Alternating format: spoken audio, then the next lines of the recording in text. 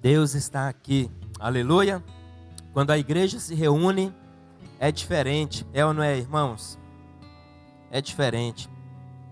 Nós estarmos juntos, a unção de Deus, ela se manifesta de uma forma especial, aleluia, porque você é especial, amém? Diga para quem estiver do seu lado aí, mesmo sem ele ver sua boca, né? Fala para ele, você é especial, aleluia, glória a Deus, amém. Hoje nós vamos meditar, né, na palavra de Deus. Todo mundo pronto para ser alimentado? Em nome de Jesus, amém. Bem, foi dia dos namorados, né, sexta-feira. Quem comemorou? Quem comemorou mesmo sozinho? Amém, né? O dia dos namorados é coração para todo lado, né? É um dia vermelho, né? É coração para lá, coração para cá. Mas tudo isso tem a ver com a nossa vida com Deus, né? A nossa vida com Deus diz que o Senhor, ele não vê como vê o homem, né? O homem vê o exterior, mas Deus, ele vê o coração, amém? Deus não se importa, claro que a gente tem que ser decente, né? Porque nós somos exemplo como povo de Deus, mas Deus, ele não se importa com o seu exterior, né? Deus, ele olha para o seu coração, e nós precisamos ter essa capacidade de vermos também o coração das pessoas. E é possível pela palavra de Deus, né? E hoje eu quero falar um pouco sobre isso, né? Sobre o dia dos namorados, né? Hoje nós vamos meditar em Cantares, né? Os irmãos falam, como assim? Eu saí de casa para ouvir falar sobre o dia dos namorados? Né? Nós vamos meditar no livro de Cantares, que é um livro que retrata um namoro, né? Só que um namoro espiritual também, não só físico, entre Salomão e a Sunamita, mas entre Jesus e a igreja. Aleluia, meus irmãos. E nós precisamos viver um romance sim com o Senhor, com o nosso noivo, que é o Senhor Jesus. Não é à toa que a Bíblia retrata que Jesus é o noivo e a igreja a noiva. Jesus é a cabeça e nós somos o corpo. Aleluia. Mas eu quero antes meditar em algo, né, com os irmãos, né? Tem como colocar aí, Davi, daquele jeito? Eu quero que os irmãos observem aqui o quanto Deus, ele é perfeito, né? Na disposição da palavra de Deus. A palavra de Deus, ela é feita toda perfeita, né? Todos os livros, eles estão no lugar certo. E eu quero mostrar para os irmãos o quanto nós precisamos olhar para o coração. O coração é o centro da nossa vida, né? Antigamente a gente sabe, onde é que fica, amor, o coração? Mas é onde? Aqui no meio assim, mais pro ladinho? É no meio, mais pro lado esquerdo aqui o coração, né? Mas antigamente acreditava-se que o coração era bem no meio. Tanto que você vê fotos, né, renascentistas e tudo mais, as fotos, o coração é colocado bem no meio, porque é a verdade. O coração é o centro da nossa vida. O coração é o centro daquilo que nós somos. A Bíblia diz que de tudo que se deve guardar, guarda o teu coração, porque dele procedem as saídas da vida. Você fala o que está no coração, você pensa o que está no coração, você age conforme o que está no coração. Então, de tudo aquilo que a gente deve guardar, a gente deve guardar o nosso coração, porque ele é o centro, amém? Põe a mão no seu coração e diga, Senhor Jesus, eu te entrego o meu coração. E coração é sentimento, né? Dia dos namorados é coração, Cantares é coração, e coração é sentimento. A gente precisa expressar todo o nosso sentimento para o Senhor, mas a gente também precisa observar quais os sentimentos que o Senhor tem para nós. O livro que nós vamos ler, que é Cantares, Cantares é um livro poético, e a poesia, ela nasce, senão no coração. Então Cantares, não só Cantares, mas os 5 livros poéticos que estão no centro do Antigo Testamento, eles estão falando sobre o coração de Deus para conosco.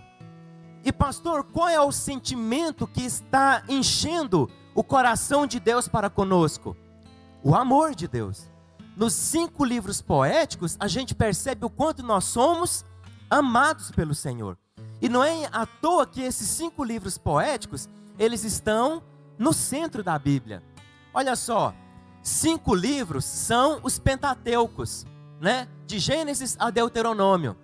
E 12 são os livros históricos, certo? Então 12 mais 5, 17, certo? E aí vem os livros poéticos, né? Aí vem Jó, Salmos, Provérbios, Eclesiastes, e bem aqui no cantinho está cortado ali, né? Tem Cantares. E aí depois de Cantares, nós temos os 5 profetas maiores, que são Isaías, Jeremias, Lamentações, Ezequiel e Daniel. Depois desses 5 livros dos profetas maiores, nós temos 12 livros dos profetas menores. Então são 17 à direita e 17 à esquerda. Os livros poéticos estão aonde no Antigo Testamento? No centro. Aleluia. Diga comigo, os livros poéticos estão no centro, estão no meio. O que é o centro da nossa vida? O coração. Então os 5 livros poéticos de Jó até Cantares falam do que para nós? Do coração de Deus para nós. É uma mensagem que está no coração de Deus, porque a poesia, ela está no coração. Aleluia. É interessante que todas as músicas que nós cantamos, por mais legalista que a pessoa seja, por mais metódica que a pessoa seja, toda música, ela nasce no coração, é ou não é? Você nunca viu uma letra escrita baseada na lei, né? Tu não matarás e não cobiçarás, aleluia. Guardarás o sábado, não roubarás. Quem aqui já viu? Alguém aqui já viu uma música assim? Né? Não tocarás em coisas impuras, senão morrerás. Alguém aqui já escutou uma música assim? Por mais que pessoas andem na lei e tenham sua vida com Deus baseada na lei, você nunca vai ver uma música que cante sobre a lei. A música, ela fala do que está no coração. Toda música, ela fala do que nasce aqui dentro, do sentimento que está aqui dentro. Então a gente precisa olhar para o coração de Deus. Eu tenho dito isso para os irmãos, quando nós lermos o Novo Testamento e principalmente os Evangelhos, preste atenção não só no que Jesus está falando, preste atenção no que Ele está fazendo. Está entendendo? Presta atenção em como Ele está agindo. Jesus, Ele está agindo conforme o coração de Deus. Ele está agindo conforme o coração do Pai. Aleluia, irmãos. Toda a atitude que Jesus expõe, quando Ele toca no leproso, Ele não está quebrando a lei, Ele está agindo conforme o seu coração, porque Ele quer tocar. E nós vamos ver isso em Cantares, né? Coloca aí, Davi, pode tirar, né? Só para os irmãos verem que a poesia do Antigo Testamento está no centro, está no meio, porque é isso que importa para Deus, o coração. O livro de Cantares começa dizendo, né, Cântico dos Cânticos de Salomão. Salomão escreveu mais de 1000 músicas, mas o Senhor pegou uma em especial e colocou na Bíblia para nós aprendermos a respeito do seu amor por nós. O versículo 2 começa dizendo, beija-me com os beijos de tua boca, porque melhor é o teu amor do que o vinho. Tudo é puro para os puros, mas nada é puro para os impuros. Mas nós não somos bobos, né? Quando a esposa sunamita diz isso aqui para Salomão, um beijo espiritual, para de ser bobo, né? É beijo mesmo, beijo na boca. Beijo, ela queria beijar Salomão. E isso nos mostra como que a vida com Deus se inicia. A vida com Deus se inicia com intimidade. O Senhor quer ser íntimo de cada um de nós. E nós temos que ter esse desejo como igreja. Termos o desejo de ter intimidade com Ele. Não existe nada mais íntimo do que um beijo. É verdade ou não é? Né? O casal, Dia dos Namorados esteve aí, né? O casal, a intimidade, ela se aprofunda quando o casal se conhece na primeira vez que eles se beijam. Lembra, Robson? Primeiro beijo? Olha, foi de arrancar. Olha, a Alica está assim, você lembra? É porque foi bom, menina, né? Toma posse, né? Não, eu estou falando de vocês duas, de vocês dois juntos. Foi roubado. Foi mesmo. Você que atacou o homem. Você que atacou. Mas foi inesquecível. Quando o casal dá o primeiro beijo, o casal deu um passo a mais de intimidade, sim ou não? É ou não é, irmãos? Quando Jesus, ele encontra os enfermos, os pecadores e as pessoas que não mereciam nenhuma ajuda, ele sempre vai demonstrar o que para aquela pessoa? Intimidade. Com a mulher samaritana que ele nem podia conversar, ele chega ali e começa a conversar com aquela mulher, porque Jesus queria ter intimidade com ela. O leproso, ninguém podia tocá-lo, mas Jesus, antes de dirigir qualquer palavra a ele, o Senhor Jesus toca no leproso. A vida com Deus, ela começa baseando-se na intimidade. Aleluia. A esposa está dizendo: beija-me com os beijos de tua boca. Nós somos a esposa. A igreja é a noiva e Cristo o noivo. E a igreja deve ter esse desejo para com o noivo. Desejá-lo ardentemente, desejar a sua presença, desejar que ele nos toque, desejar que ele esteja em nós e nós estejamos nele. Aleluia, meus irmãos. A vida com Deus, ela precisa ter intimidade. Para nós conhecermos a sua voz, para nós conhecermos o seu coração. E a igreja, muitas vezes ela fica se preocupando com coisas que ela não deveria. Olha só o versículo 6 do capítulo 1 de Cantares.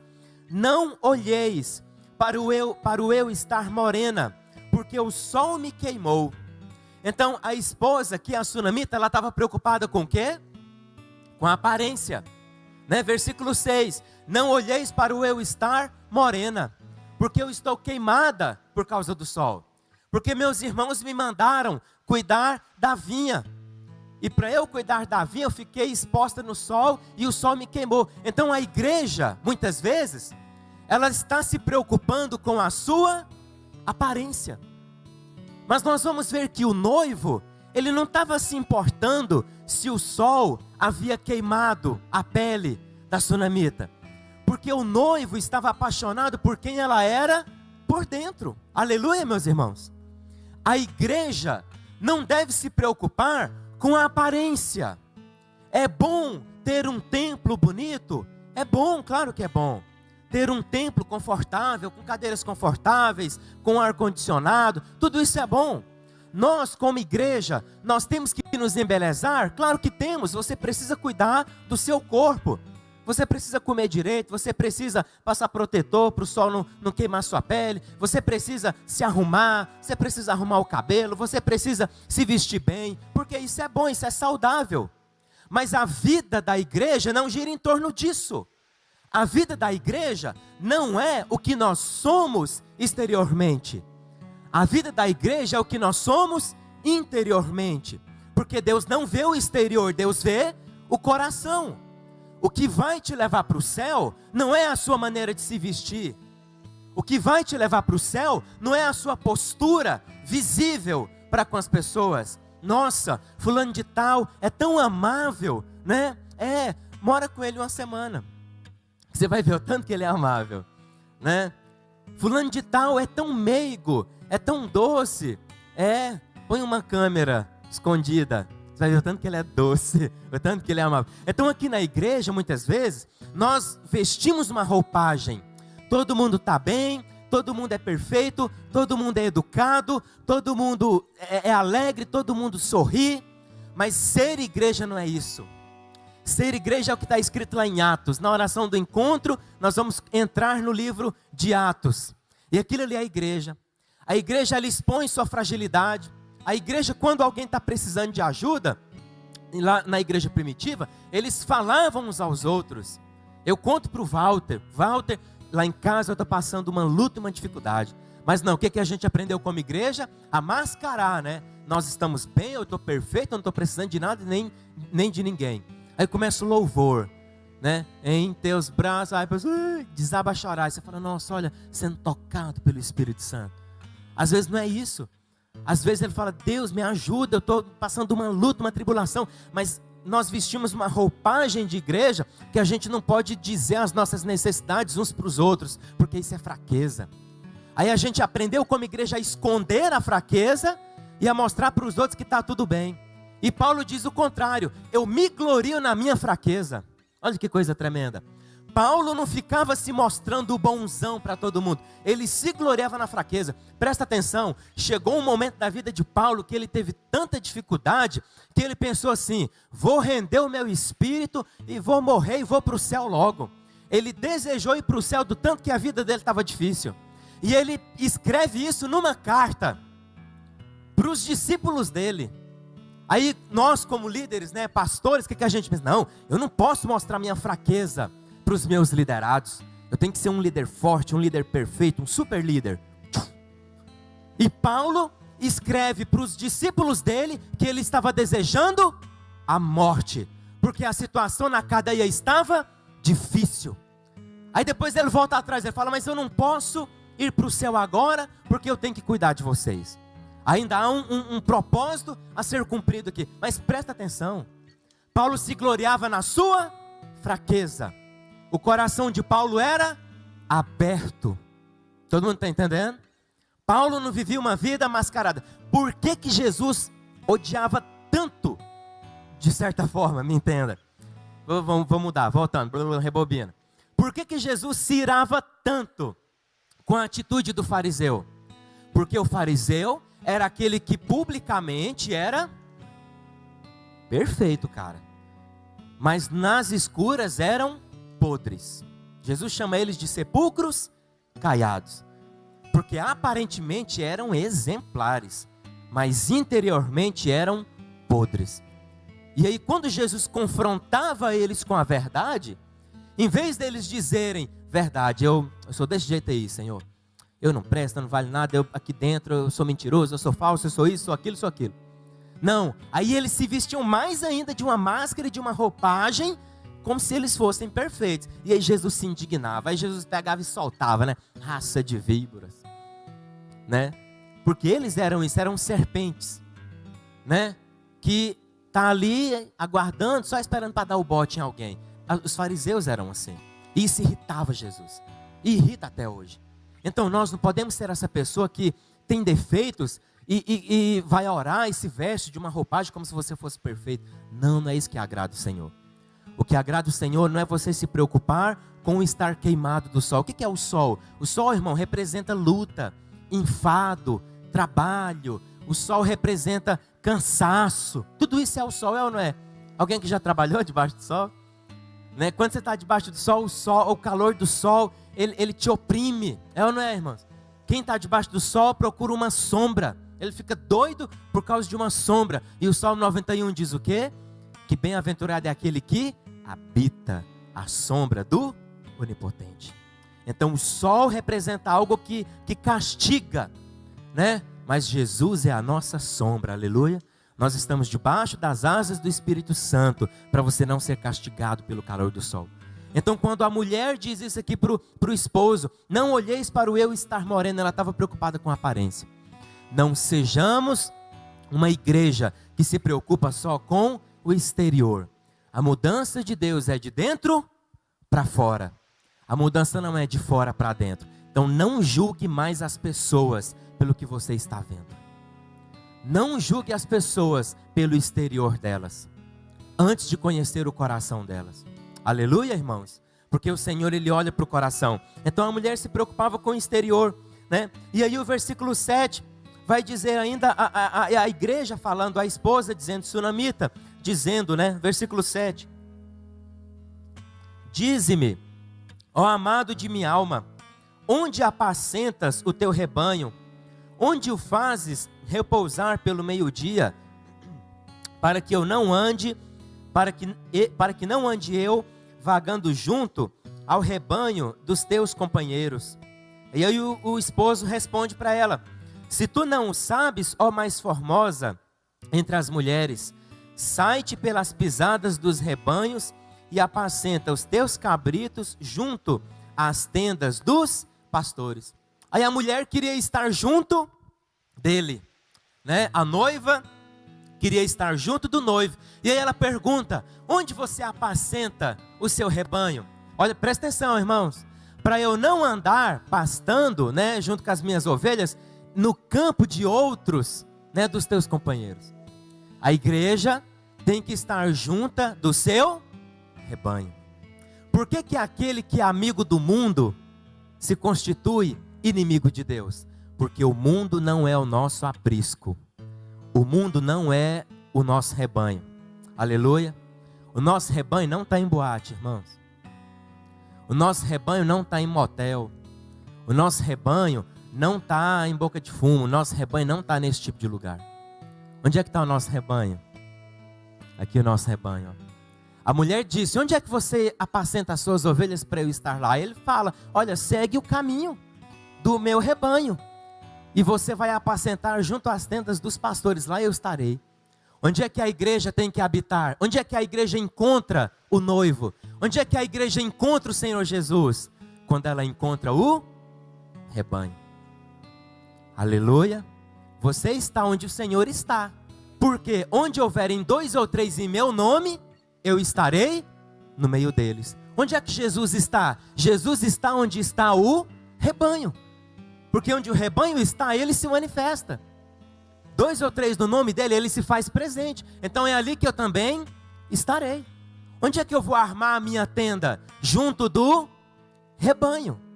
Então nós estamos nesse tempo de quarentena, culto limitado, né? 50 pessoas por culto, no caso aqui da igreja. Você está em casa me assistindo, não te condeno por estar em casa. Te abençoo em nome de Jesus. Mas tire pelo menos um horário para você estar aqui conosco. Tem culto 4h30, tem culto 8 horas. É diferente assistir o culto de casa, é ou não é, irmãos? Seja verdadeiro, irmãos. É diferente assistir de casa e assistir daqui. É diferente, mano. É muito diferente. É engraçado que de casa você assiste, né? Aqui parece que é a sensação de que você participa. É ou não é? É diferente. A unção é diferente. Eu digo de mim, não estou dizendo de vocês, estou dizendo de mim. É diferente. Então, aonde o rebanho está, é onde o Senhor também está. Aleluia. Diga: Deus está aqui.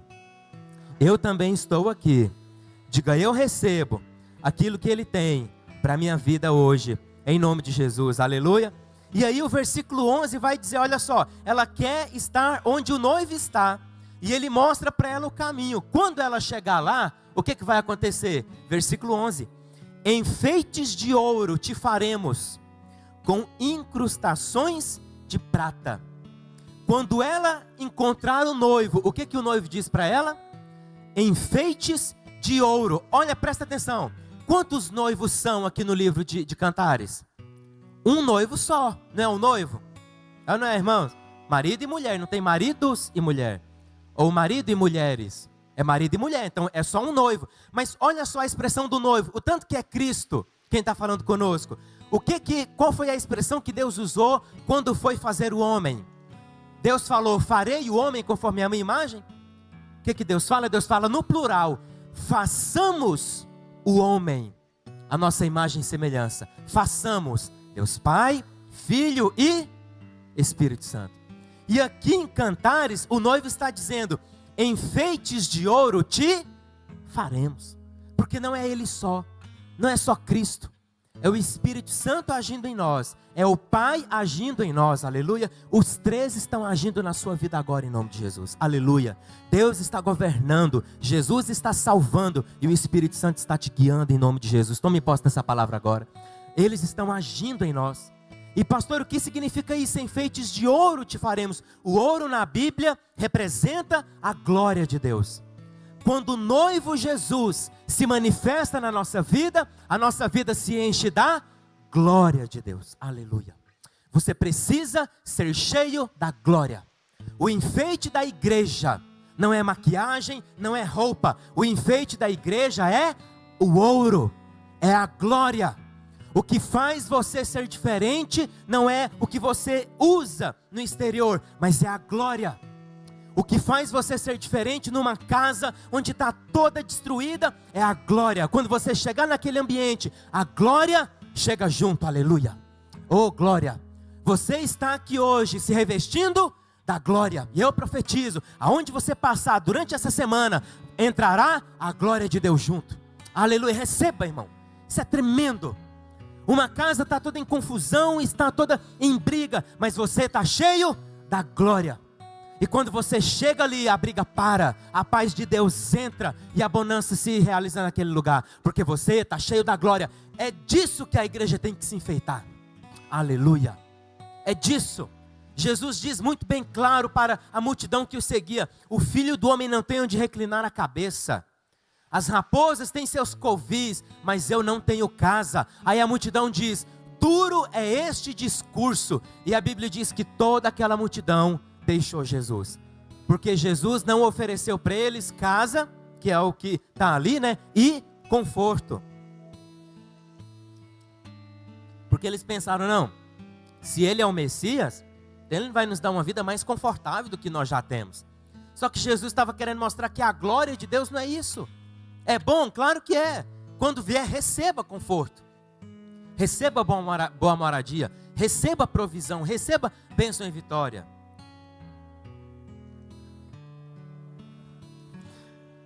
É porque as fotos ficam assim, ó.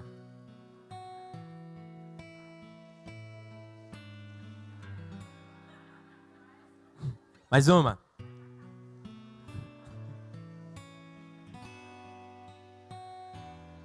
Uma mais celestial agora, olhando para o céu. Não, mas é isso que o povo quer ver no YouTube lá. Quando, nossa, que foto bonita. Olha, pastor Domingo. A pessoa assiste o vídeo no YouTube só por causa da foto. Vê o cara, né, tudo. Agora se eu sair lá assim, vi, não tem coisa boa nesse vídeo aí. O que eu estava falando? Falando do que, Marcelo? Mas eu falei demais da glória já, amém, já acabou. Tá bom, da glória. Então olha só, você tem... Versículo 11. Você tem que se enfeitar da glória. Amém, irmão? Põe a mão no seu coração e diga assim: eu recebo. Põe a mão na cabeça, fala assim: eu recebo sobre a minha vida a glória. Diga: eu recebo a glória. Diga: eu estou cheio da glória, em nome de Jesus. Aleluia, irmãos? Receba a glória. Mas aí ele também diz: enfeites de ouro te faremos com incrustações de prata. O ouro na Bíblia se remete a Deus, porque é o mais precioso, é o maior, é a glória. A prata remete a Cristo, porque a prata na Bíblia significa remissão ou redenção. Em outras palavras, prata representa salvação. A Bíblia diz que a nossa vida, ela é como um fio de prata, que a qualquer momento parece que vai se romper. Ou seja, a nossa vida é frágil. Mas o que sustenta a vida? Um fio de prata. Salvação.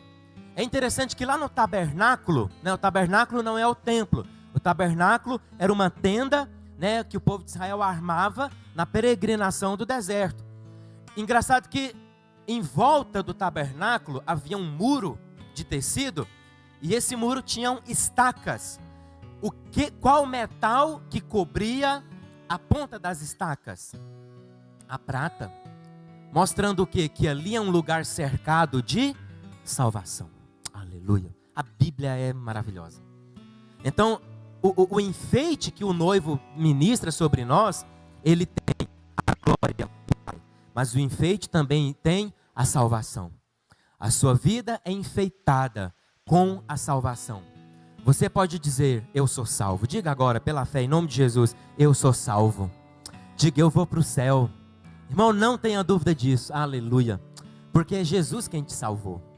Aleluia. É Ele quem opera a salvação. A salvação, a Bíblia diz que não vem de nós, é dom de Deus. Então é um presente que te foi dado, é um presente de prata. Então quando nós encontramos o noivo, junto com o seu rebanho, somos enfeitados de ouro e da glória. E somos enfeitados também com prata, com a salvação. Você é bonito porque você é salvo. Diga isso. Eu sou alegre porque eu sou salvo. Diga: eu sou abençoado porque eu sou salvo. Aleluia. Você crê nisso em nome de Jesus? E eu saber que eu sou salvo, isso me traz paz. E paz traz beleza, traz ou não traz? Quem está em paz é mais bonito do que quem está oprimido. É ou não é, meus irmãos? A salvação traz alegria. A Bíblia diz que o rosto alegre aformoseia o rosto. Então receba, em nome de Jesus, os enfeites de ouro, receba as incrustações de prata, em nome de Jesus. E aí lá no capítulo 2, versículo 2, o esposo vai começar a dizer como que é a noiva. Depois que ela encontra o noivo, depois que ela é enfeitada, né? Então presta atenção, ela estava preocupada com a aparência, mas o noivo torna a aparência dela gloriosa, aleluia.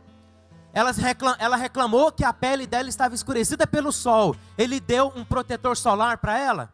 Ele não quis nem saber da reclamação dela com a aparência. Ele deu para ela algo que o embelezasse, a glória e a salvação. E aí depois que ela está bela, versículo 2 do capítulo 2, qual o lírio entre os espinhos, tal é a minha querida entre as donzelas. Então a beleza, presta atenção, a beleza que a igreja tem, não vem dela. Vou dizer de novo, a beleza que a igreja tem, não vem dela, vem do noivo. É o noivo que nos enfeita. É Cristo que te enfeita. Não adianta você se esforçar para ser bonito. Você vai se tornar chato. Você vai se tornar qualquer outra coisa. A nossa beleza não vem de nós mesmos. Ela é dada. Ela é um presente. O Espírito Santo que habita em nós foi um presente. Você não recebeu o Espírito Santo porque você é bom, porque você falou em línguas. Não, ele foi te dado. Você recebeu ele como uma dádiva, um presente. Então olha só, quando eu recebo a obra do Senhor Jesus em mim, eu me torno bonito. Porque o lírio é muito mais bonito do que os espinhos. Qual lírio entre os espinhos? O esposo está dizendo, você é um lírio. Você é bela. Quem aqui já viu um lírio? É lindo, né? Acho que foi a primeira flor que eu dei para a Nath. Como sinal de amizade. Foi, a gente era amigo. Eu também, né, Deise? Vou contar um testemunho aqui. Ia eu, a Nath, a Deise e o Rogério orar no monte. Por mais unção, né? Mas a gente orava mesmo. Vocês estão achando que nós é promíscuo assim? Misericórdia, irmão. A gente ia orar. A gente orava uns pelos outros e orava por si próprio, né? Por si próprio a gente falava, Senhor, me dá ela, Jesus, tem misericórdia. Senhor, tira toda a pedra do caminho. Né? E quando a gente orava por elas, era Senhor, ela é minha, pai. Entendeu? Era desse jeito. E deu certo, a Deus está com o Rogério, né? E eu tô com a Nath, tá vendo? Né? Quer casar com alguém? Vai orar, irmão, né? Tava achando o quê? Olha só, a igreja se torna bela. Pastor, o que são os espinhos? O espinho é o mundo. O que o espinho faz, irmãos? Fere, não é? O mundo faz isso conosco. Então presta atenção, o que é a igreja no mundo? A igreja é um lírio, aleluia. A igreja é algo belo de se ver. Pastor, eu não vejo assim. Então é porque você tem olhado pelos olhos da carne. Mas se você olhar pelos olhos espirituais, você vai ver que a igreja é bonita, é linda. A igreja é um mistério que esteve escondido o tempo todo, mas ele foi achado. É isso que está escrito lá em Mateus capítulo 13. Que o homem achou uma pérola, o homem achou um tesouro. Aonde? No campo. O que é o campo? O mundo. A igreja é um tesouro no mundo. Você é um tesouro no mundo. Presta atenção. A igreja é um lírio entre os espinhos.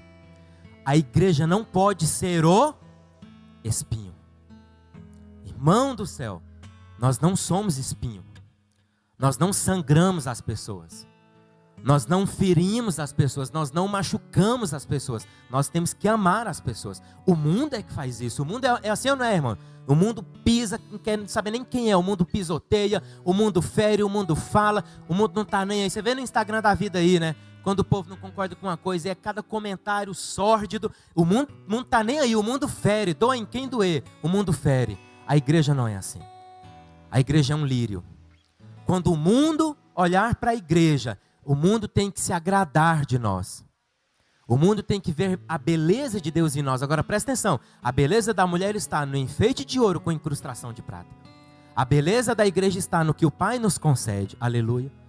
Mas por muito tempo, presta atenção. Quantos aqui, pode ser sincero, Deus não vai te matar por isso não. Quantos aqui tinha raiva de crente? Minha mão já está levantada. Né? Quantos aqui tinha raiva de igreja? Eu tinha. Por quê? Porque eu não entendia. Mas hoje eu sou igreja.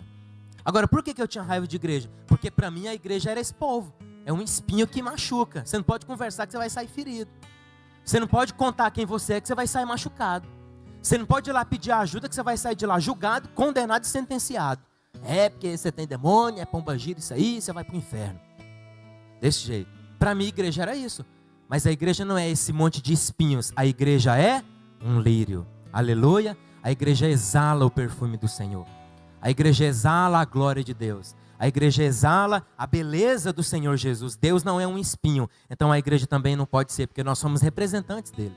Aleluia. E aí o versículo 3, a esposa vai dizer para ele: desejo muito a sua sombra, e debaixo dela me assento. O que diz o Salmo 91? A sombra do Onipotente eu descansarei. A donzela deseja o que aqui? A sombra do seu amado. Desejo muito a sua sombra, e debaixo dela me assento, e o seu fruto é doce ao meu paladar. Qual é o fruto que ela está recebendo aqui do esposo, do noivo? O amor. Aí o versículo 4 diz: leva-me à sala do banquete, e o seu estandarte sobre mim é o amor. Essa mulher, ela quer se banquetear com o amor. O amor do Pai é alimento para a igreja.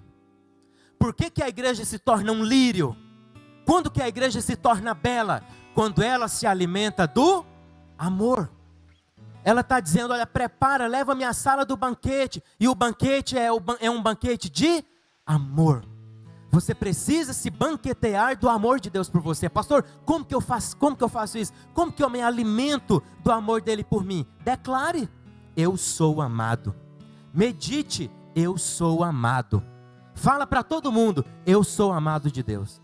Não deixe ninguém te provar o contrário. Eu sou querido, eu sou desejado. Irmãos, Jesus te deseja. Oh, glória a Deus. Deus tem um amor desejoso por você.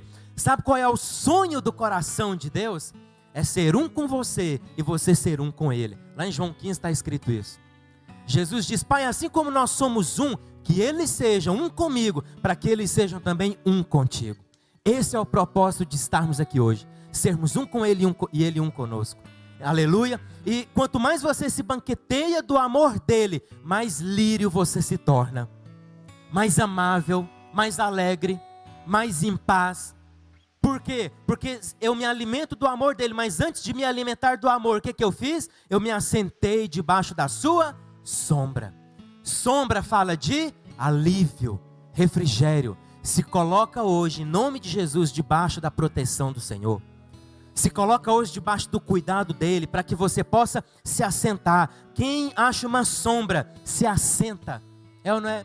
Eu vejo esse pessoal que trabalha na prefeitura, né, debaixo do sol, quente aí, às vezes pintando asfalto, podando as árvores e tudo mais, cortando a grama. E aí se você encontra esse pessoal, meio-dia, mais ou menos, na hora do almoço, no intervalo, onde é que eles estão? Numa sombra. E eles estão em pé? Todo mundo sentado, às vezes até alguns deitados. Quem encontra a sombra do Onipotente tem que se assentar, tem que descansar. Por quê? Porque Ele tem um banquete para você. Quem não se assenta à sombra dEle, não se alimenta do amor dEle. Exemplo, Marta e Maria. Jesus vai na casa de Marta e Maria. A Bíblia diz que Marta agitava-se. Jesus não agitou ela. Jesus não cobrou dela fazer aquele monte de coisa.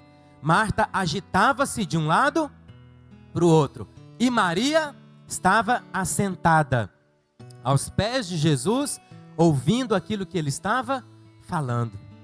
E aí Marta fica irritada porque Maria estava ali à toa sem fazer nada. Fala: mestre, o Senhor não se incomoda, Deus está aqui me matando de trabalhar. E Maria aí sentada.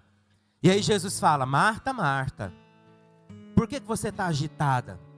Por que você está preocupada com fazer almoço? Eu multiplico pão e peixe.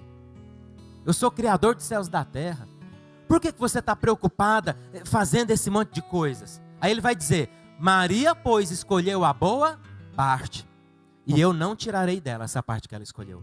Maria se escolheu sentar e ouvir e se alimentar do amor dele. E Jesus disse: eu não vou impedir ela de fazer isso. Essa é a posição que nós temos que estar, irmãos. Não estou dizendo que você tem que ser à toa. As pessoas confundem esse tipo de expressão. Você não tem que ser inerte à toa. Você tem que ter o coração descansado, à sombra do Onipotente. Quando você andar na rua, ande dirigindo o carro entendendo, eu estou andando debaixo da sombra do Onipotente. Quando você descer, lavar o corpo com álcool e pôr sua máscara e for entrar num estabelecimento, não entre ali com medo de Covid. Entre ali entendendo, eu estou debaixo da sombra do Onipotente. Quando você chegar em casa, não chegue temeroso, chegue dizendo, eu estou debaixo da sombra do Onipotente. Eu coloco minha casa debaixo da sombra do Onipotente. Eu vou descansar, porque Ele me ama. E Ele me amando, Ele cuida, me guarda, me livra, me protege, me dá saúde, abre portas. Ele vai fazer tudo na minha vida em nome de Jesus. Aleluia. Presta atenção. Quando você se preocupa, o problema continua. Quando você descansa, o Senhor entra em ação para te abençoar. É verdade ou não é, irmãos? Quem aqui resolveu coisas na vida através da preocupação? Ninguém. Enquanto você não descansou o coração, você não pensou direito. Enquanto você não descansou o coração, não apareceu uma luz. Às vezes a luz já estava até lá, mas você estava igual Marta, agitado, de um lado para o outro, preocupado. E Jesus já presente ali, querendo trazer solução. Mas a agitação não te deixava ver Cristo presente ali. Aí quando você parou e descansou, aí você viu a luz de Deus. Falou, nossa, apareceu a luz. Mas o Senhor está dizendo, não, eu já estava aqui há muito tempo. Mas a preocupação cega. Cega ou não cega? Porque só vem coisa ruim na mente e no coração. Coloque a mão no seu coração. Diga, eu recebo a paz do Senhor. Diga, eu recebo descanso em nome de Jesus. Aleluia. Se alimente do amor do Senhor. Amém? Porque hoje é Cantares. É um livro de romance e de amor. A gente já está encerrando. Capítulo 4 agora. Capítulo 4. Aleluia. Aí o esposo, ele vai falar mais sobre a igreja. Como és formosa, querida minha. Como és formosa. Quem falou isso aqui no dia dos namorados aí? Para o marido, para a esposa? Né? Ninguém falou. Ei, os homens aqui tá. Esposa, prega Cantares assim na geladeira. Ó, né? Para ele. Os homens têm, ó, Cantares ensina. Ó, versículo 7, ó. Tu és toda formosa, querida minha, e em ti não há defeito. Receba, amor. É, ué. Tu és toda formosa, querida minha, e em ti não há defeito. Eu falo pra Nath, amor, você é perfeita. Ô, bicha bonita, para não falar outra palavra, né? Então, olha só.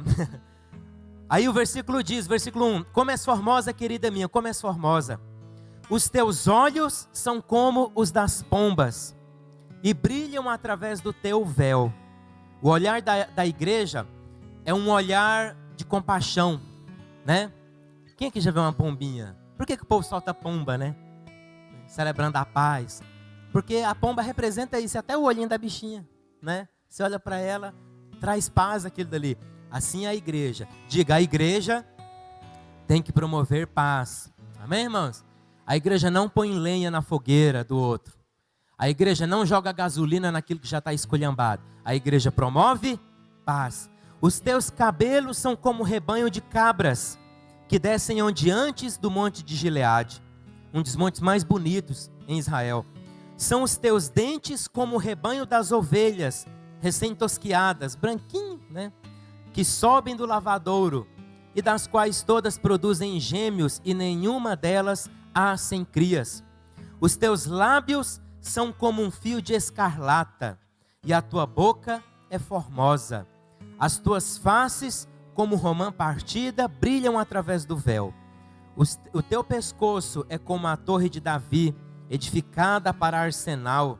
A bicha era pescoçuda, né? 1000 escudos pendem dela, todos broquéis de soldados valorosos. Só para os irmãos entenderem, os escudos de Davi eram feitos de ouro.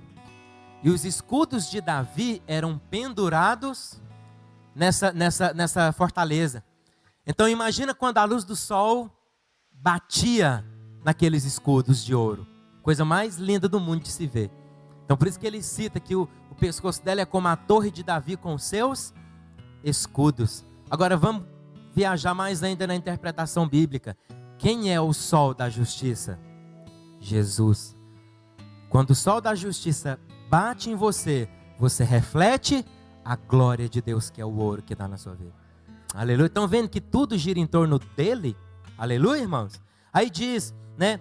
Versículo 5, os teus 2 seios, misericórdia, tem isso na Bíblia? Tem, irmão. Os teus 2 seios são como 2 crias gêmeas de uma gazela, que se apacentam entre os lírios. E aqui eu quero chamar a atenção de uma coisa com os irmãos.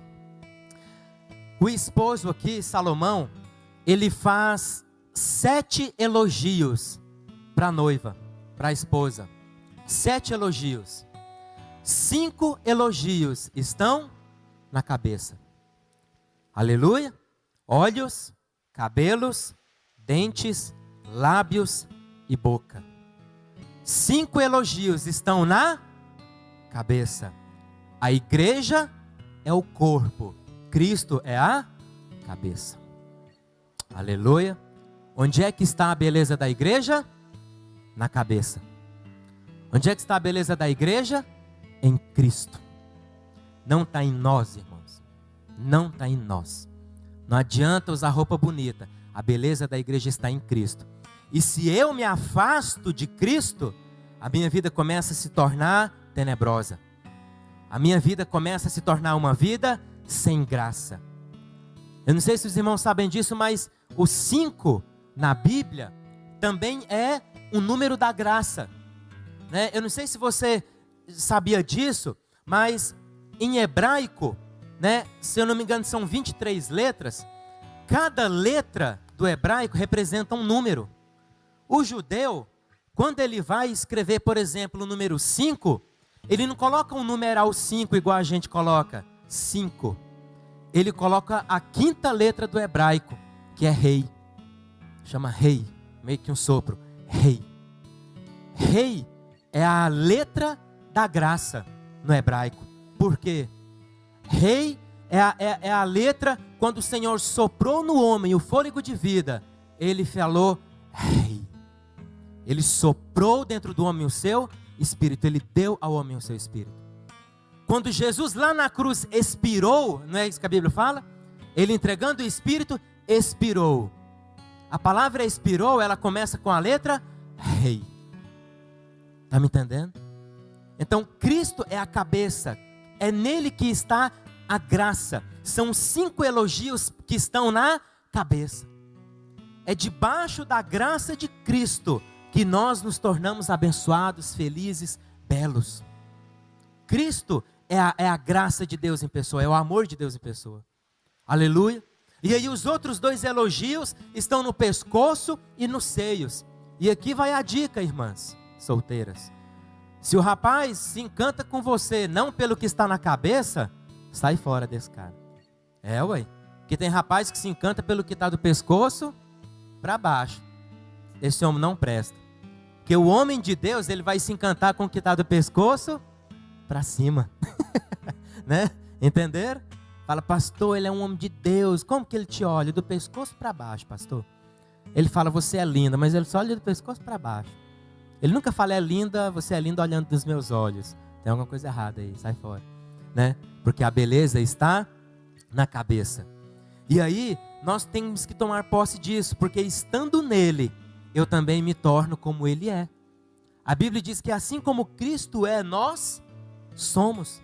Por isso que essa mulher deseja tanto estar com ele. Entendeu? Porque tudo gira em torno dele.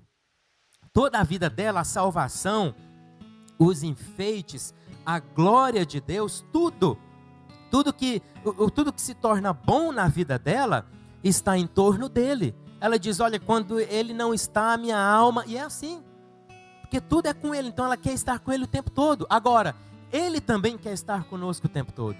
Olha o que diz o versículo 7, né? Versículo 7 não, versículo 11, diz assim, os teus lábios, noiva minha, destilam mel e leite se acham debaixo da tua língua, e a fragrância dos teus vestidos é como a do Líbano. A graça está em Cristo, e nós estamos debaixo da sua graça. A cabeça está onde, irmãos? Em cima, no meio ou embaixo? A cabeça está em cima, e o corpo está onde? Embaixo. Então o corpo, que é a igreja, está debaixo da graça de Deus. Quando a igreja se põe debaixo da graça de Deus e deixa com que a glória de Deus a embeleze e se manifeste, o que acontece? Né? Mel e leite se acham debaixo da tua língua. Existem muitas passagens na Bíblia, eu tenho uma pregação muito boa, se eu não me engano é Isaías, que fala isso, que o Filho de Deus, ele se tornaria o Cristo, quando ele comesse manteiga e mel. Ou a mesma coisa aqui, nata e mel, leite e mel. E aí as pessoas não entendem isso. Muitos versículos na Bíblia citam essas duas coisas juntas. O leite e o mel, ou a nata e o mel, ou a manteiga e o mel. E aqui está dizendo, olha só, o noivo está dizendo, noiva minha, né? Os teus lábios destilam mel. Mel e leite se acham debaixo da tua língua. A língua se refere o quê? A boca, aquilo que nós falamos. Existe um capítulo inteiro da Bíblia só para falar da língua. Tiago capítulo 3, na verdade. Falando dos perigos, ou na verdade dos cuidados que a gente tem que tomar com a língua. E aqui o noivo está dizendo que a noiva, a igreja, tem que ter o que na sua boca? Leite e mel. Dois alimentos que os homens levavam para a guerra. Sabia disso?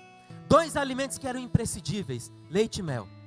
A manteiga, porque a nata dava força, dava resistência. Está entendendo? E não há nada mais forte na palavra de Deus do que a sua graça. E não há nada mais doce na palavra de Deus do que o mel. E não há nada mais doce na palavra de Deus do que o amor. Então a graça, o leite do qual se fazia a nata e a manteiga, era um alimento que dava sustância. Era um alimento que dava força. E o que nos dá força? A graça de Deus é que nos fortalece. Você está aqui hoje por causa da graça de Deus sobre a sua vida. Esse é o nosso alimento, leite, manteiga, a nata. É isso que nos dá força. Então a igreja, ela tem que ter na sua língua leite. A igreja, ela tem que ter na sua língua uma mensagem que traga o que para as pessoas? Força. A igreja não pode liberar uma palavra que enfraquece. Mas tem como, pastor? Claro que tem. Quando você encontra um pecador e a sua língua só fala do pecado dele, você enfraquece essa alma. Você enfraquece essa vida. Mas quando você encontra um pecador e diz para ele o que Cristo tem para fazer na vida dele, você fortalece a vida dessa pessoa, você edifica a fé dessa pessoa e você alegra o coração dessa pessoa. Estão me entendendo? Então tem como eu enfraquecer alguém com a minha língua? Claro que tem. Tem como eu angustiar mais ainda alguém com a minha língua? Claro que tem. Mas na língua da igreja está o leite, está a sustância, está a força. A palavra que sai da nossa boca tem que gerar força naquele que nos ouve. Mas na língua da igreja também tem o mel. E não há nada mais doce do que o amor de Deus. Então a igreja, ela fala com amor. Ela representa o amor de Deus quando ela fala. Presta atenção numa coisa. Toda pessoa que você encontrar diante de você, destile sobre a vida dela o amor de Deus. Fale sobre o amor do Pai. É isso que transforma, irmãos. O que transforma vidas não é o nosso conceito, o nosso blá blá blá. O que transforma as pessoas é elas entenderem o quanto elas são amadas pelo Pai. O mundo não sabe que Deus as ama. O mundo acha que Deus as odeia. E João 3,16 diz que Deus amou o mundo, mas o mundo não sabe disso. Então alguém tem que contar para eles. Quem? A noiva. Porque o noivo está dizendo, os teus lábios, noiva minha, destilam mel, destilam amor. Quando você fala, eu sinto a presença de Deus. Quando você fala, eu me sinto amado por Deus. Quando você fala, eu me sinto agraciado, eu me sinto rodeado, eu me sinto cuidado e protegido por Deus. Quando você fala, eu me fortaleço. Quando você fala, o meu coração se enche de fé. Quando você fala, eu me alegro, porque a alegria do Senhor é a nossa força. Quando você fala, me dá vontade de agir, me dá vontade de fazer, porque na sua boca tem graça e amor. Na sua boca tem leite e mel. Aleluia! Receba isso em nome de Jesus. Nós estamos debaixo da cabeça que é Cristo, e a cabeça tem 5 elogios, que é o número da graça, que é rei. Então nós estamos debaixo da graça. Se alimente dessa graça, se alimente desse amor. Por quê? Porque a boca fala do que está cheio, o coração. Coração cheio de graça vai falar de graça. Coração cheio de amor vai falar de amor. Coração cheio de raiva vai destilar o quê? Ódio. Pelo amor de Deus. E tem gente que se alimenta do ódio de Deus, achando que isso é o que muda. Não, porque sabe o que vai mudar ele? Vou falar a verdade de Deus para ele. Se você não mudar, e pá, Deus está assim, a espada está passando pelo mundo, e você vai ser ceifado, e você vai morrer, vai para o inferno, e pá. Fala desse jeito. Mas o amor é muito mais atraente, é ou não é? Isso daí é um filme de terror espiritual na vida da pessoa. Mas fala, olha, você é amado. Deus te ama muito, Deus quer mudar a situação da sua vida. Aí a pessoa vai desabar no choro. Vai ou não vai, irmãos? Porque tem amor. Aí o versículo 2 do capítulo 5 diz assim, aqui eu encerro, amém? Vamos encerrar a palavra 11 e 20, para a gente ofertar e encerrar em oração. Eu dormia, quem é que dormia? A noiva, presta atenção, Jesus está voltando. A mulher diz, eu dormia, mas o meu coração velava, eis a voz do meu amado que está batendo. Então o que aconteceu? O noivo chegou lá na casa dela e bateu. O que diz em Apocalipse capítulo 3, versículo 19? Versículo 20. Eis que estou à porta e bato. Então da mesma maneira que Apocalipse fala isso, 3:20, aqui também o noivo foi à casa dela. Onde é que a igreja está, irmãos? No mundo. Onde é que Jesus está? No céu. Jesus vai sair da sua casa e virá à casa onde está a noiva. E ele vai bater a porta, Apocalipse 3:20, eis que estou à porta e bato. Ele vem fazer o que? Ele vem nos buscar, vem nos tirar dessa casa que é o mundo, para nos levar para a casa dele. A cultura judaica é assim. O noivo, ele sai da casa dele com os padrinhos, né, com a comitiva. Aí ele sai da casa dele, vai lá na casa da noiva, busca ela e vai num cortejo com as amigas dela, né, e tudo. Aí vai com o cortejo para a casa dele. A festa de casamento acontece na casa do noivo. O noivo está no céu e ele vem buscar a noiva, que é a igreja. E ele vai levar a noiva para a casa dele, aleluia. E lá haverá festa. Glória a Deus. Mas presta atenção, alguma coisa que deu errado. Eu dormia, mas o meu coração velava. E eis a voz do meu amado que está batendo. Aí o noivo vai dizer, abre-me, minha irmã, querida minha, pomba minha, imaculada minha. Porque a minha cabeça está cheia de orvalho, os meus cabelos das gotas da noite. Aí a esposa vai dizer no versículo 3, já despi a minha túnica. Não dá, nossa, é tanta coisa que dá para falar, mas não tem tempo. Hei de vesti-la outra vez. Roupa fala de justiça. Então a mulher, ela estava dormindo e tinha se despido da sua justiça, das suas obras. Estou falando da igreja. Aí ela diz, hei de vesti-la outra vez, já lavei os pés, tornarei a sujá-los. O meu amado meteu a mão na fresta e o meu coração se comoveu por amor dele. Então o noivo, além de bater, ele enfiou a mão na fresta, tentando forçar a porta para abrir. Aí ela falou, agora eu vou me levantar. Quando ela se, não vou ler porque não dá tempo. Quando ela se levanta, que ela abre a porta, cadê o noivo? Foi embora. Irmãos, isso aqui é o arrebatamento. Quando Jesus vier para buscar a noiva, primeira coisa, nós não podemos estar dormindo. Toda comparação do arrebatamento é comparada a algo à noite. A Bíblia diz que Jesus virá como a brilhante estrela da manhã. A brilhante estrela da manhã, ela aparece de madrugada. Primeiro raio de luz. A maioria das pessoas, 5:30 da manhã, estão fazendo o quê? Dormindo. Mas não quer dizer, pastor, então tem que acordar às 5 horas da manhã todo dia? Não, isso é simbólico. Aí outro exemplo que Jesus usa a respeito da sua vinda. Vigiai, pois não sabeis quando vem o ladrão. Ladrão rouba que hora geralmente? De noite. E ele vem de surpresa. Ninguém esperava, o ladrão veio, roubou tudo e foi embora, e ninguém nem viu. E assim foi o que aconteceu aqui, e assim será a vinda de Jesus. Então a igreja, espiritualmente, ela não pode estar dormindo quando o noivo vier. A Bíblia fala sobre o sono da indolência. O que é o sono da indolência? É um sono irresponsável. É um sono fora de hora. Presta atenção. Como que está o mundo hoje? A igreja pode estar dormindo na situação que nós estamos vivendo hoje, irmãos? Espiritualmente falando, pelo amor de Deus. Irmãos, é tempo de orar e vigiar. Porque o negócio está ficando feio. E o que muitos dizem, e eu acredito nisso, é que muita coisa não voltará a ser mais do jeito que era. E eu acredito nisso. Muita coisa. Porque nós estamos nos tempos do fim já. Agora o noivo virá. Quando o noivo vier, nós estejamos como igreja alertas. E não despidos, sem obras de justiça. Mas nós estejamos praticantes. Amém, meus irmãos? Nós não sejamos somente ouvintes. A Bíblia diz que nós não sejamos somente ouvintes, mas sejamos também praticantes da palavra dele. Essa pessoa que se despe, a mulher aqui estava dormindo e já tinha se despido, né? Quer dizer que ela está inerte, sem fazer nada. Ela não está ativa.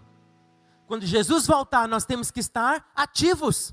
Orando, jejuando, clamando, escutando a palavra, em comunhão. Nós temos que estar ativos. Nada pode nos parar como igreja. E não podemos estar dormindo no momento de guerra. Presta atenção. Quem dorme na guerra morre. Morre ou não morre? Porque o inimigo não dorme. O inimigo vem. E nós como igreja não podemos dormir. Então, não é época de dormir. É época da gente despertar. Presta atenção. Do versículo 1 até o 4. A noiva, ela mostra o tanto que ela deseja estar com o noivo. Mas no dia que o noivo veio, ela estava dormindo. Então não adianta ficar falando, eu amo Jesus, eu adoro Ele. Mas no dia que Ele voltar, espiritualmente estarmos dormindo. Em nome de Jesus, com todo carinho eu falo para você, desperta.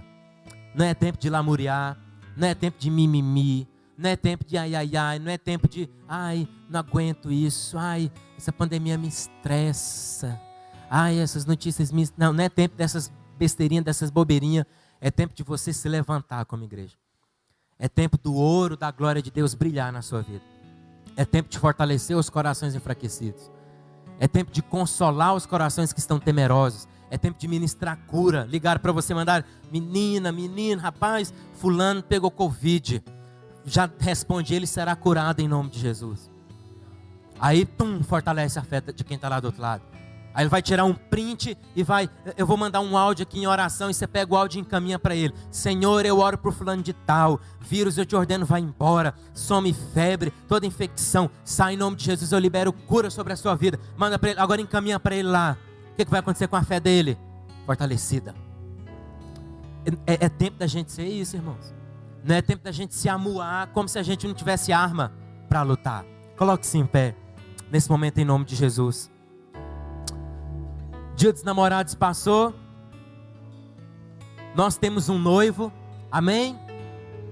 E esse noivo, ele quer ter intimidade conosco, que é Jesus.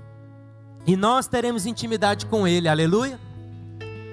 Esse noivo que nos embeleza. Esse noivo que nos fortalece. Esse noivo é o responsável por termos uma vida gloriosa. Você quer ter uma vida gloriosa? Essa vida está no noivo. A igreja tem os seus elogios, mas os elogios dela, a maioria estão na cabeça. Cristo é a cabeça. Então hoje eu quero orar junto com você para nós sermos apaixonados por Jesus. Apaixonados pela palavra dele. A voz dele faça o nosso coração tremer. Que a voz dele faça o nosso coração se derreter diante dele. Aleluia. Que quando ele falar, nosso coração pulse mais forte. Porque eu sou apaixonado por ele. Aleluia. Quando ele se manifestar com a sua presença, o meu coração salte de alegria, porque eu amo vê-lo agindo. E ele está agindo e agirá mais na nossa vida em nome de Jesus. Vamos orar. Senhor, papai querido. Senhor, obrigado Jesus por esta noite de oração, por essa manhã de oração, de culto.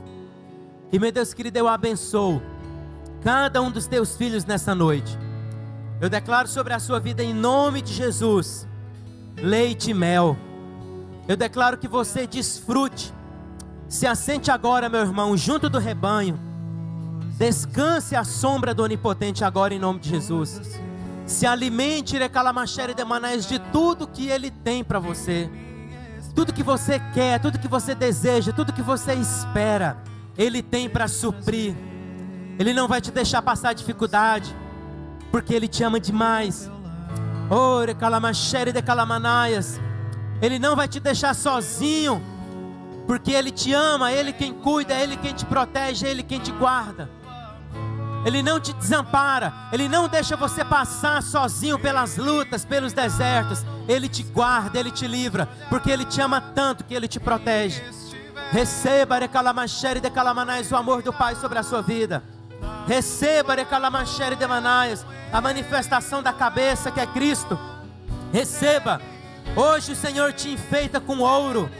Hoje Ele te enfeita com a prata. Hoje Ele diz para você: você é meu amado. Não importa a sua aparência, não importa se você está queimado, eu coloco sobre você ouro. Eu coloco sobre a sua vida, recalamanaias, a glória do Pai. Eu coloco sobre a sua vida a prata, a redenção. Receba, recalamanhere de manaia. Oh, Espírito Santo de Deus, nos torna, Pai, qual lírio entre os espinhos. Você é um lírio entre os espinhos. O mundo fere, mas você ama. O mundo machuca, mas você trata bem. Você ama, você abraça. Oh, recalamanhere de calamanaia. Oh, se alimente hoje do amor do Pai. Cantares é livro de amor. Se alimente do amor do Pai. Se alimente da graça dEle. Oh, formosos são os teus olhos, igreja. Os teus cabelos, os seus dentes, os seus lábios, a sua boca. Tudo na igreja aos olhos do Pai é formosa. A igreja não é torta. A igreja não é suja, não é imunda. A igreja é linda, é maravilhosa, é imaculada. Tu és formosa, querida minha, e em ti não há defeito. É assim que o Pai nos vê. Receba, recalamanhere de manés, essa palavra. Oh, Jesus está voltando. Espírito Santo de Deus, desperta-nos do sono da indolência. Desperta, Senhor, nessa manhã ministério. Desperta chamado. Desperta, recalamanhere de manés, ó Pai querido, nosso coração, porque o noivo está à porta e Ele está batendo. E quando o Senhor vier, nós, recalamanés, estejamos prontos. Oh, receba, recalamanais. Você é cidadão do céu. Jesus está voltando e Ele vem nos buscar. Oh, deseje isso. Deseje o amado. Deseje a presença dEle. Deseje o amor dEle, recalamanhere de manaias. Papai, nós oramos. Nós te glorificamos e nós te exaltamos. Adore ao Senhor. Cante a Ele agora. Ele virá num piscar de olhar. Quem estiver pronto com Ele irá. Na sua glória com Ele morar. Ele vem. Não mais tristeza, não mais temor. Junto com os anjos cantar eu vou. Digno é o Cordeiro que se entregou. Ele vem. Aleluia. Glória a Deus. Aleluia. O livro de Cantares se encerra assim. Capítulo 8, versículo 14. Diz: vem depressa, amado meu. Olha o que a igreja tem que desejar. Vem depressa, amado meu. Faze-te semelhante ao gamo, ou ao filho da gazela. Ou seja, o gamo, né, aqui diz que saltam sobre os montes aromáticos. Ele salta, ele corre muito rápido, mas ele não só corre, ele corre saltando. Então ele alcança uma longa distância muito rápido. Então a igreja está dizendo: vem depressa, amado meu. Vem saltando, não vem andando não, vem saltando para me buscar, aleluia, para me encontrar. Esse é o desejo que a igreja tem que ter pelo noivo. Vem depressa, Senhor. Amém, irmãos? Deixa eu te dizer uma coisa. Nesse mundo, nada se compara à glória do Senhor. Irmãos, quanto mais os dias se passam, mais deve perder o nosso interesse pelas coisas desse mundo. Porque Jesus está voltando, aleluia. E tem muita gente, presta atenção, o jovem rico não foi para o céu, porque o coração dele estava preso na riqueza dele. O que hei de fazer para herdar a vida eterna? Cumpre os mandamentos. Eu já cumpro tudo. Então vai e vende tudo que tem. Então ele não estava cumprindo o 10º.